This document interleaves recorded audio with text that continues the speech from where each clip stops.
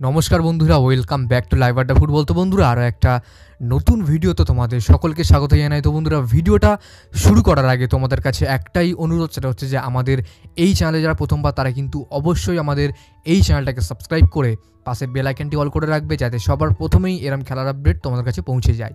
তো বন্ধুরা, এই ভিডিওতে তোমার কাছে মাত্র আমি 100টা লাইকের আশা রাখছি। তো আশা করছি তোমরা এই ভিডিওতে 100টা লাইক কমপ্লিট করে দেবে। তো বন্ধুরা, আমরা সবাই জানি যে আইএফএ শিল্ডে মোহনবাগান 2-0 গোলে জিতে গেছে এবং ডার্বি হবে, যেটা আমরা সবাই জানি। তো দেখো, আইএফএ শিল্ডটা এইটা খেলে কিন্তু কোনো লাভ নেই আমার কাছে, যেটা ন্যায্য কথা বলতে গেলে। তুমি ইন্টারন্যাশনাল একটা দল, একটা জাতীয় ক্লাব হয়ে, যেটা ইন্টারন্যাশনাল, যেটা সবথেকে বেশি জরুরি, তুমি সেটা না ফোকাস করে আইএফএ শিল্ডে ফোকাস করছো। এইসব তো চলতেই থাকবে। আইএফএ শিল্ড তো হবে, আইএসএল হবে, আই লিগ হবে, কত লিগ হবে ইন্ডিয়াতে। আই লিগে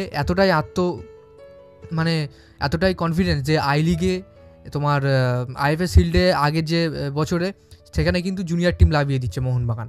তো যেখানে খেলার কথা, যেখানে তাদের আসল দেখানোর কথা, সেখানেই তারা ভয় পেয়ে চলে আসছে এবং তারা শুধু আইএফএ শিল্ড খেলছে, আই লিগ খেলছে, এসবই খেলে বেড়াচ্ছে। তো দেখো, আমার কাছে পার্সোনাল ওপিনিয়ন বলতে গেলে কিছু বলার নেই, এই নিয়ে আর কোনো আলোচনা করবো না।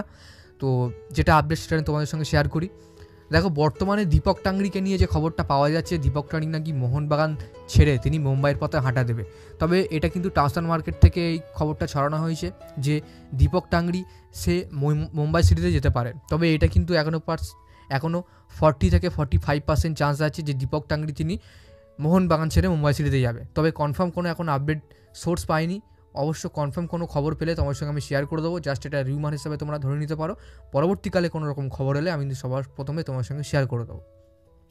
পরবর্তী আপডেটটা তোমাদের দেবো মোহনবাগানের নতুন বিদেশিকে নিয়ে। তো মোহনবাগানের নতুন বিদেশিকে নিয়ে আমি তোমাদের যে আপডেটটা দিয়েছিলাম যে কাজাকিস্তান থেকেও কিন্তু টার্গেট করছে মোহনবাগান। কাজাকিস্তান থেকে কিন্তু মোহনবাগান প্লেয়ার তুলতে পারে, যেটা কিন্তু মিডফিল্ডার পজিশনের প্লেয়ার, অর্থাৎ অ্যাটাকিং মিডফিল্ডার গ্রেগ স্টুয়ার্টের যে রিপ্লেসমেন্ট, সেইটা আনতে পারে মোহনবাগান, এমনটাই সূত্র মারফতে জানা যাচ্ছে। তবে তোমাদের কি মনে হয় যে গ্রেগ স্টুয়ার্টের রিপ্লেসমেন্ট হিসাবে গ্রেগ স্টুয়ার্টের মতনই কি কোনো প্লেয়ার আনা উচিত, নাকি ডিফেন্সিভ মিডফিল্ডার মাইন্ডের প্লেয়ার আনা উচিত? তোমরা কিন্তু অবশ্যই তোমাদের মতামতটা তোমরা কমেন্ট বক্সে জানিয়ে দিও। তো আমার তো মনে হয় যে মোহনবাগান তারা কিন্তু আনলে অ্যাটাকিং মিডফিল্ডার পজিশনের প্লেয়ারই আনবে, কারণ উইন্টারে তারা কিন্তু নতুন প্লেয়ার সাইন করতে যাচ্ছে এবং কিছু বিদেশিকে তারা ছেড়ে দিতে পারে। তবে সেটা কোন বিদেশি হবে এটা কিন্তু এখনও জানা যায়নি। তবে হ্যাঁ, মোহনবাগান যে কটা বিদেশি এখন খেলছে তার মধ্যে একটা বিদেশি কিন্তু মোহনবাগান ছেড়ে দেবে, এমনটা খবর পাওয়া যাচ্ছে। তবে সেটা কোন বিদেশি হবে তোমরা কিন্তু কমেন্ট করে জানাতে পারো। এখনও পর্যন্ত কনফার্ম আপডেট আসেনি, যার কারণে কিন্তু আমি তোমার সঙ্গে শেয়ার করতে পারছি না। তবে তোমাদের কাকে ছাড়বে বলে মনে হয় তোমরা কিন্তু অবশ্যই নিচের কমেন্ট বক্সে কমেন্ট করতে পারো। দেখো, বহু বছর ধরে মোহনবাগান তাদের ঐতিহ্যটা বজায় রেখেছে এবং তাদের এখনও জরুরি কাজ হচ্ছে তাদের ঐতিহ্যটাকে বজায় রাখা এবং যতটা পারে ইন্টারন্যাশনালে ফোকাস করা। এটাই আমরা চাইবো যে এএফসিতে তারা ফোকাস করুক, কারণ এএফসিতেই তারা নিজেদের পারফর্মটা দেখাতে পারবে, যেমন গোয়া দেখাচ্ছে। তো এটাই আশা করা যায় মোহনবাগান টিমের পক্ষে, মোহনবাগান টিমের সাথে। তো যাই হোক বন্ধুরা, আজকের জন্য ভিডিওটা এতটাই ছিল। ভিডিওটা ভালো লাইক করে দিও, আর আমাদের এই চ্যানেল প্রথমবার হয় চ্যানেলটাকে সাবস্ক্রাইব করে পাশের বেল আইকনটি অল করে রাখো। ধন্যবাদ।